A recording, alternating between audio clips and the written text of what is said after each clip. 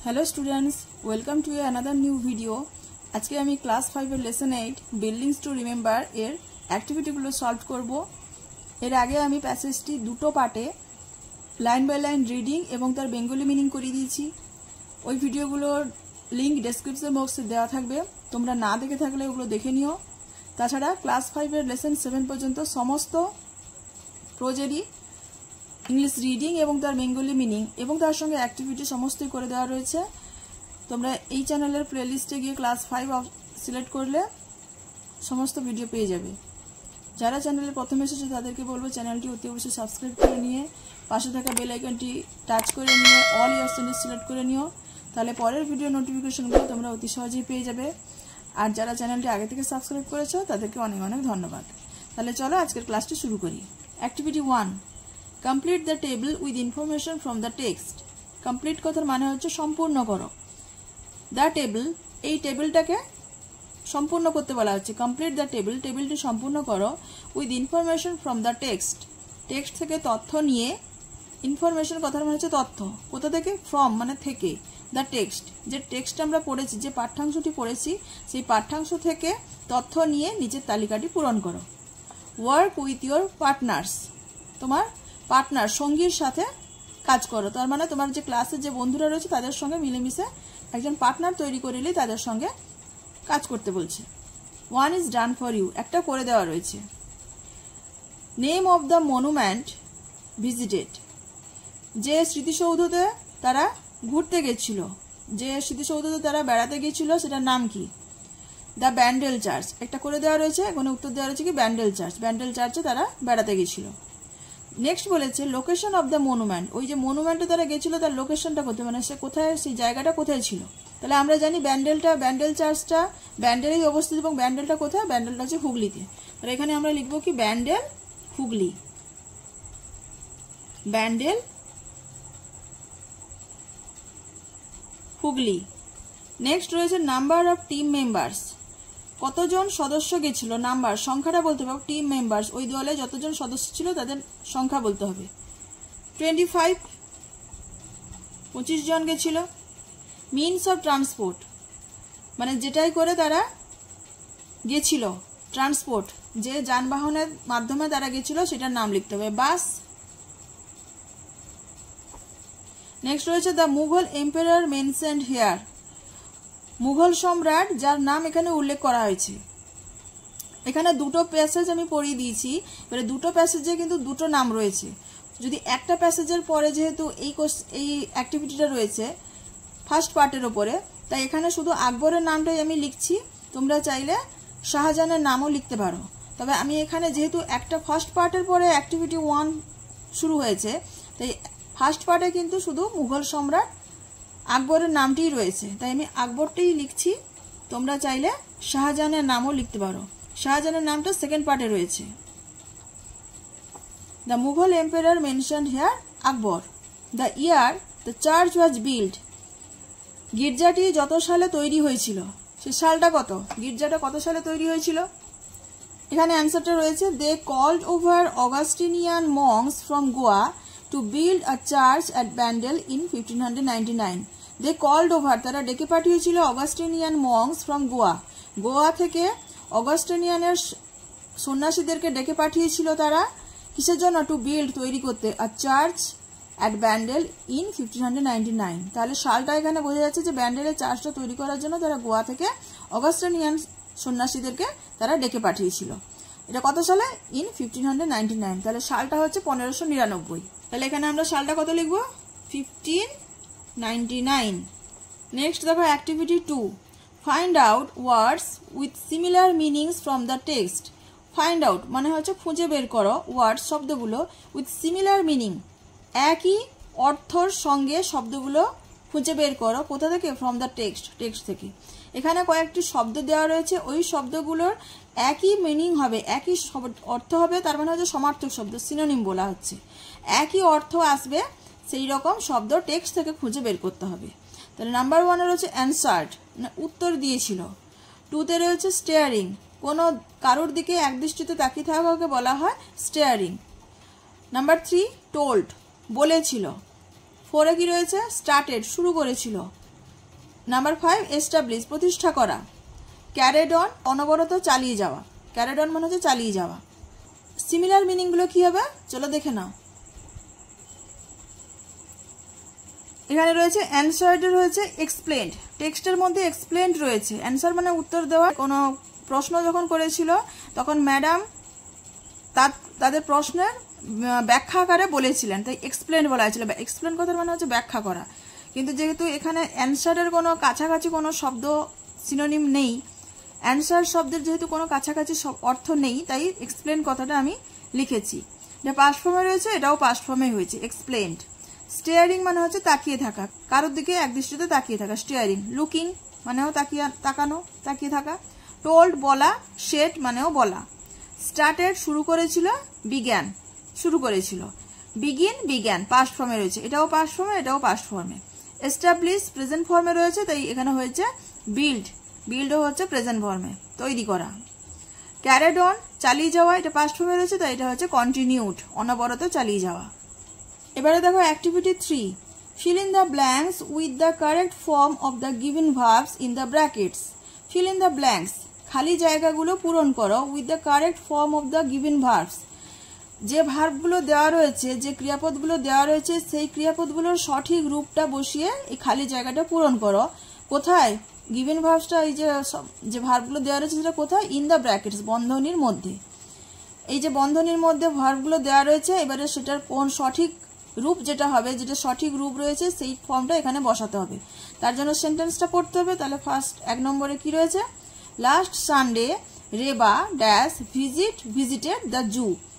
Last Sunday গত রবিবার, তাহলে এখানে গত কথার মানে রয়েছে অতীত, পাস্ট হয়ে গেছে। তাহলে কি হতে পারে? এখানে ভিজিট প্রেজেন্ট রয়েছে, ভিজিটেড পাস্ট ফর্মে রয়েছে। তাহলে গত রবিবারের কথা বলা হয়েছে, তাহলে অবশ্যই ভিজিটেড হবে পাস্ট ফর্মে। Last Sunday Reba visited the zoo, এখানে হবে ভিজিটেড, পাস্ট ফর্ম হবে, যেহেতু এটা হয়েছে লাস্ট সানডে গত রবিবার, পাস্ট হয়ে গেছে। Number 2, they dash coffee every day. Every day বলা হচ্ছে প্রত্যেক দিন, তারা প্রত্যেক দিন কফি পান করে। তাহলে ড্র্যাঙ্ক হচ্ছে পাস্ট ফর্ম, পান করেছিল। এটা এভরিডে প্রত্যেক দিনের কথা বলা হচ্ছে, তাহলে এটা প্রেজেন্ট ফর্মে হবে দে ড্রিঙ্ক কফি এভরিডে।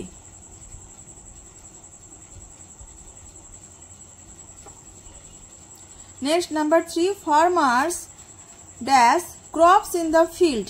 কৃষকেরা মাঠে শস্য উৎপাদন করে। তাহলে কৃষকেরা মাঠে শস্য উৎপাদন করেছিল তো হবে না, তারা করে, সবসময়ের জন্য কৃষকরা মাঠে শস্য উৎপাদনই করে।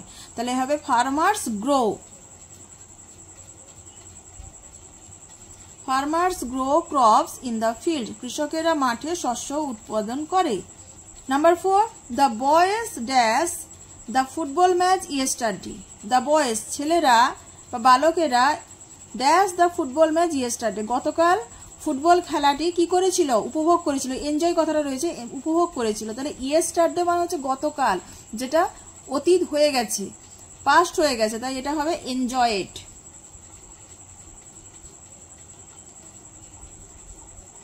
Number 5, Subir dash a patriotic song yesterday.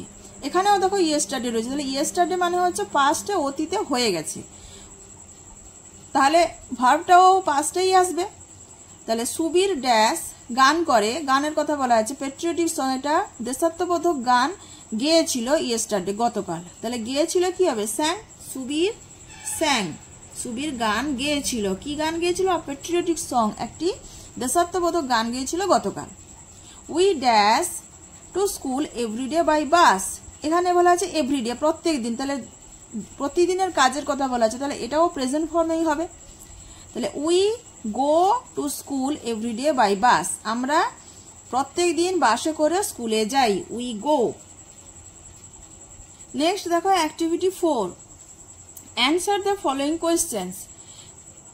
নিচের প্রশ্নগুলোর উত্তর দাও। নাম্বার 1-এ কি রয়েছে? Where did the bus stop. বাসটা কোথায় থেমেছিল? একদম প্রথমেই রয়েছে বাস কোথায় থেমেছিল। বাস থেমেছিল গির্জার সামনে।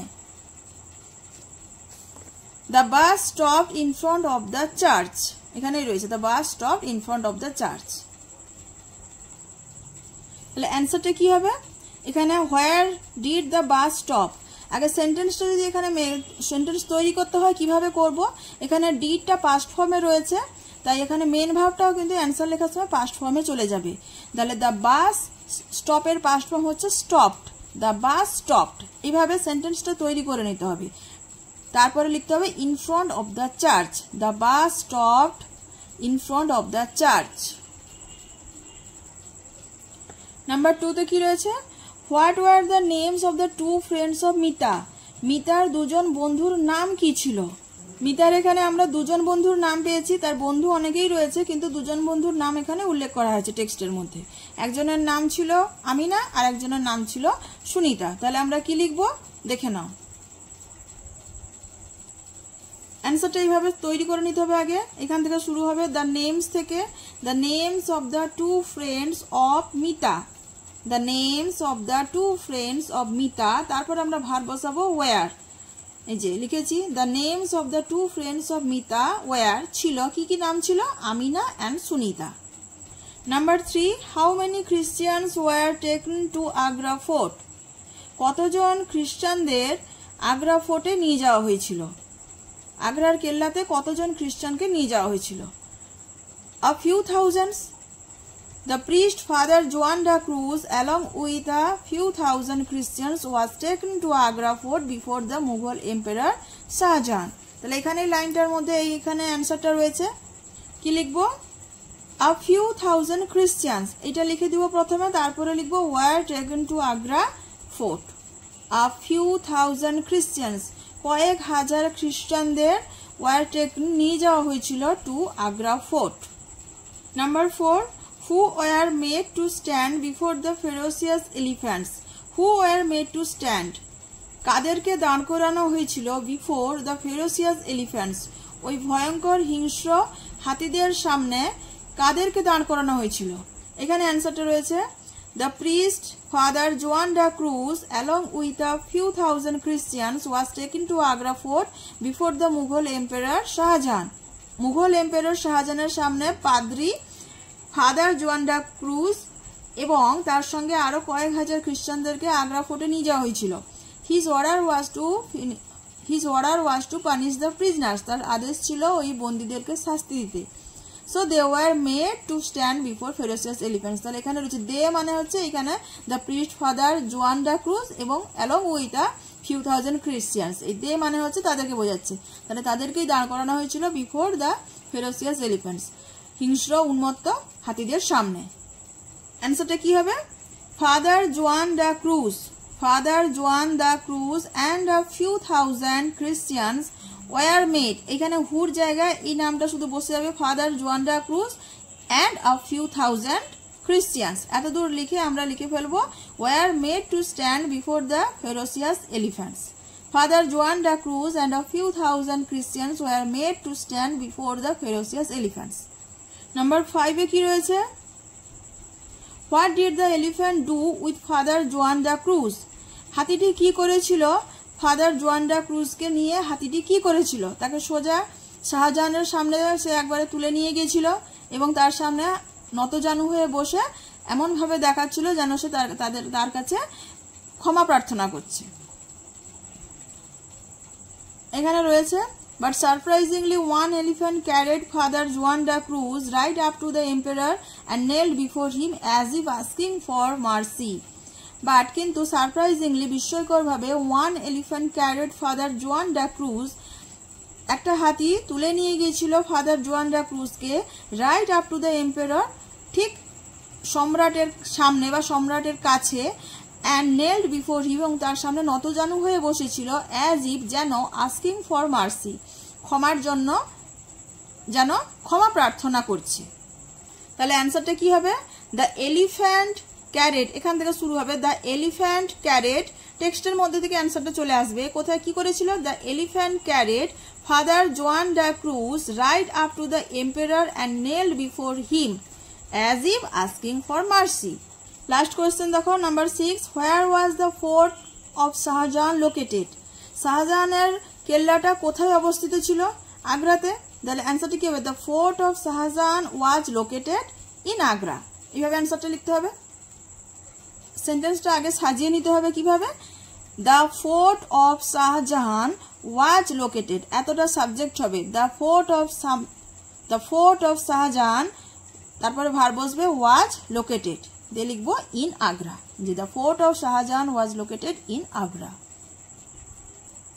এরপরে দেখো activity 5, make a list of what Mita and her friends saw at the Bandel church. Make a list, একটা তালিকা তৈরি করো, of what Mita and her friends, Mita এবং তার বন্ধুরা saw at the Bandel church, Bandel চার্চে কি দেখেছিল মিতা এবং তার বন্ধুরা, তার একটা তালিকা তৈরি করো। 1 is done for you, একটা তোমাদের জন্য করে দেওয়া রয়েছে। একটা এখানে করে দেওয়া রয়েছে কি, a huge clock with 4 faces, একটা বিশাল বড় ঘড়ি যার 4টি মুখ ছিল। বাকিগুলো কি হবে, তাহলে 1 নম্বর কি হচ্ছে, a huge clock with 4 faces, একটা বিশাল বড় ঘড়ি যার 4টি মুখ ছিল। নাম্বার 2তে হবে দ্য প্রেয়ার হল দেখেছিল তারা। নাম্বার 3তে দ্য মাস্তুল দেখেছিল, যে মাস্তুলটার দ্বারা পর্তুগিজরা এসেছিল, হুগলি বন্দরে প্রথম প্রবেশ করেছিল সেটা। নাম্বার 4 দ্য সিমেটরি, কবরস্থান, যেখানে খ্রিস্টানদেরকে কবর দেওয়া হতো। Number 5 the statue of mother Mary, মা মেরির মূর্তি রয়েছে, মা মেরির মূর্তি দেখেছিল তারা। আর একটা কি দেখেছে, নাম্বার 6-এ many wall paintings of Christ, যীশু খ্রিস্টের অনেক দেওয়াল চিত্র দেখেছিল। এরপরে দেখো activity 6, fill in the blanks with proper words from the help box. Fill in the blanks, শূন্যস্থান পূরণ করো বা খালি জায়গা পূরণ করো, উইথ প্রপার ওয়ার্ড, সঠিক শব্দ দিয়ে খালি জায়গা পূরণ করো, ফ্রম দ্য হেল্প বক্সের থেকে। হেল্প বক্স কোনটা, এই যে ইয়েলো কালারের বক্স রয়েছে এটা হচ্ছে হেল্প বক্স, এর মধ্যে কয়েকটি ওয়ার্ড দেওয়া রয়েছে, এই ওয়ার্ডগুলোর সাহায্য নিয়ে এখানে এই খালি জায়গাগুলো ফিল করতে হবে। তাহলে দেখে নিই আগে প্রথমে ওয়ার্ডগুলো কি কি রয়েছে। হিউজ কথার মানে হচ্ছে বৃহৎ, বড়, খুব বড়। হ্যাপি, সুখী বা আনন্দিত। লাউড মানে হচ্ছে খুব জোর, চিৎকারের আওয়াজের ক্ষেত্রে বলা হচ্ছে লাউড, উচ্চস্বর। হিস্টোরিক্যাল মানে ঐতিহাসিক। এক্সাইটেড, উত্তেজিত। ফেরোসিয়াস, খুব ভয়ঙ্কর বা হিংস্র। এবারে এই শব্দগুলো কোথায় বসবে এটা এখানে বসাতে হবে। নাম্বার 1-এ কি রয়েছে, we have many dash places in our country. We have আমাদের আছে, মেনি অনেক জায়গা রয়েছে, ইন আওয়ার কান্ট্রি আমাদের দেশে। তাহলে আমাদের দেশে অনেক কি রয়েছে, অনেক হিস্টোরিক্যাল প্লেসেস রয়েছে। তাহলে we have many historical places.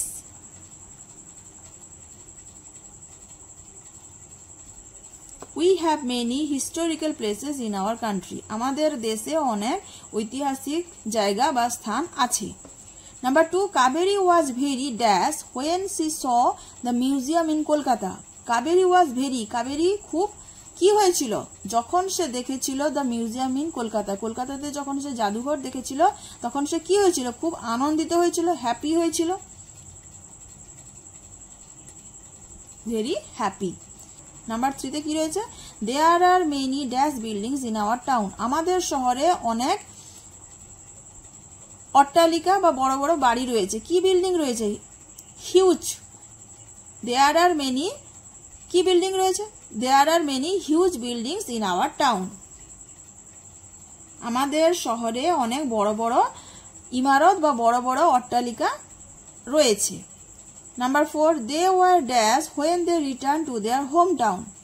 They were dash when they return, যখন তারা ফিরেছিল, টু দেয়ার হোম টাউন, তাদের নিজস্ব শহরে যখন তারা ফিরে এসেছিল তখন তারা কি হয়েছিল, এক্সাইটেড হয়েছিল। দে ওয়ার এক্সাইটেড, তারা খুবই উত্তেজিত হয়ে পড়েছিল যখন তারা তাদের নিজের শহর, নিজের বাড়ির শহর, মানে যেখানে হোম টাউন মানে হচ্ছে যার যেখানে বাড়ি, যার যে শহরে বাড়ি সেই শহরটাকে বলা হয় হোম টাউন, সেখানে যখন ফিরে এসেছিল তারা খুবই এক্সাইটেড হয়েছিল, উত্তেজিত হয়েছিল।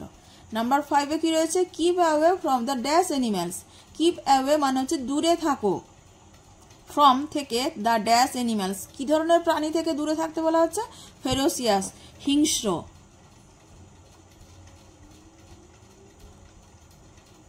Keep away from the ferocious animals. Number 6, there was a dash noise in the classroom just before the teacher entered. ক্লাসরুমের মধ্যে ড্যাশ নয়েজ, নয়েজ মানে হচ্ছে গন্ডগোল। কি ধরনের গন্ডগোল ছিল, just before the teacher entered, ঠিক কোন সময় শিক্ষক মহাশয় প্রবেশ করার ঠিক আগের মুহূর্তে ক্লাসরুমের মধ্যে খুব গন্ডগোল ছিল। তাহলে কি হবে? There was a loud noise. There was a loud noise in the classroom just before the teacher entered. এবারে দেখো activity 7। Suppose you went to a zoo with your parents and saw many interesting things there. Suppose মনে করো, এখানে suppose মনে হচ্ছে কল্পনা করতে বলা আছে, মনে করতে বলা আছে। সাপোজ মনে করো ইউ ওয়েন্ট তুমি গিয়েছিলে টু এ জু একটা চিড়িয়াখানাতে তুমি গিয়েছিলে উইথ ইউর পেরেন্টস তোমার বাবা মার সঙ্গে and saw many interesting things there এবং দেখেছিলে অনেক আকর্ষণীয় জিনিস সেখানে। তাহলে এখানে কি বলছে যে মনে করো তুমি তোমার বাবা মার সঙ্গে একটা চিড়িয়াখানায় গিয়েছিলে, সেখানে তুমি খুব আকর্ষণীয় জিনিস সব দেখেছো। এবারে বলছে right 5 sentences to describe your experience. সেখানে গিয়ে যে তোমার অভিজ্ঞতাটা হয়েছে সেই এক্সপিরিয়েন্স, সেই অভিজ্ঞতাটাকে তুমি বর্ণনা করার জন্য 5টি সেন্টেন্স লেখো, 5টি বাক্য লিখতে বলছে। হিন্টস দেওয়া রয়েছে। কি হিন্টস রয়েছে? নেম অফ দ্য জু, চিড়িয়াখানাটার নাম লিখতে হবে, যে চিড়িয়াখানা গেছিলে সেই চিড়িয়াখানার নাম লেখো। আর কি আছে? টাইম অফ ভিজিট, যে টাইমে যে সময় তুমি গিয়েছিলে সেই সময়টা বলতে হবে। অ্যানিম্যালস অ্যান্ড বার্ডস সিন, ওই জুর মধ্যে তুমি যে সমস্ত প্রাণী এবং পাখিদের দেখেছো তাদের নাম বলতে হবে। ইটিং হ্যাবিটস, তারা কি ধরনের খাবার খাচ্ছিল সেটা লিখতে হবে। তারপরে লিখতে হবে তোমার ইয়োর এক্সপিরিয়েন্স, তোমার অভিজ্ঞতা কি হয়েছিল। এই পয়েন্টগুলো ইউজ করে তোমাকে একটা 5 সেন্টেন্সের প্যারাগ্রাফ লিখতে হবে যেখানে তুমি তোমার এক্সপিরিয়েন্সটা শেয়ার করছো। তাহলে দেখে নাও কি লিখবে। ভিজিটিং টু এ জু, একটা চিড়িয়াখানাতে বেড়াতে যাওয়া। Last Sunday I went to the Alipore zoo with my parents at about 9:30 AM। গত রবিবার, লাস্ট সানডে মানে হচ্ছে গত রবিবার, আই ওয়েন্ট আমি গিয়েছিলাম টু দ্য আলিপুর জু, আলিপুর চিড়িয়াখানায় গিয়েছিলাম উইথ মাই পেরেন্টস আমার বাবা মায়ের সঙ্গে। কখন? At about 9:30 AM। অ্যাবাউট মানে হচ্ছে প্রায় 9:30টার সময়, সকাল 9:30টার সময় বাবা মার সঙ্গে আলিপুর চিড়িয়াখানায় আমি গিয়েছিলাম গত রবিবারে। We saw many wild animals, we saw আমরা দেখেছিলাম অনেক বন্য প্রাণীদের দেখেছিলাম। লাইক যেমন কি কি?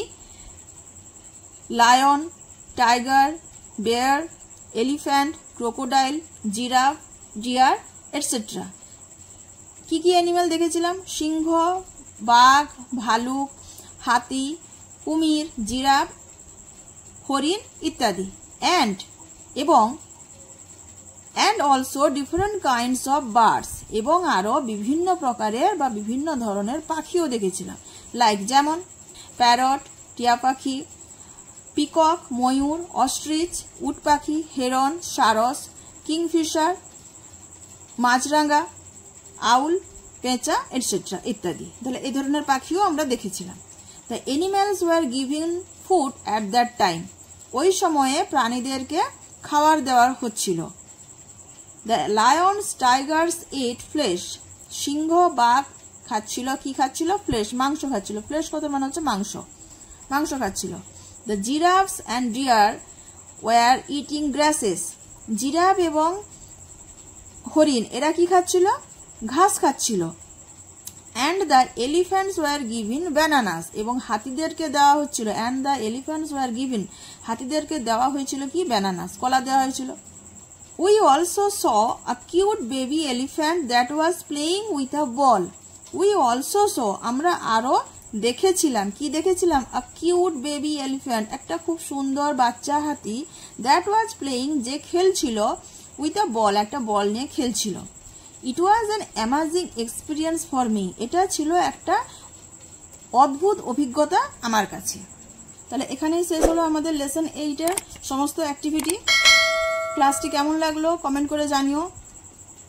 যদি ভালো লেগে থাকে তাহলে অবশ্যই একটা লাইক করে দিও এবং অবশ্যই বন্ধুদের সঙ্গে শেয়ার করো আর চ্যানেলটি সাবস্ক্রাইব করে নিও।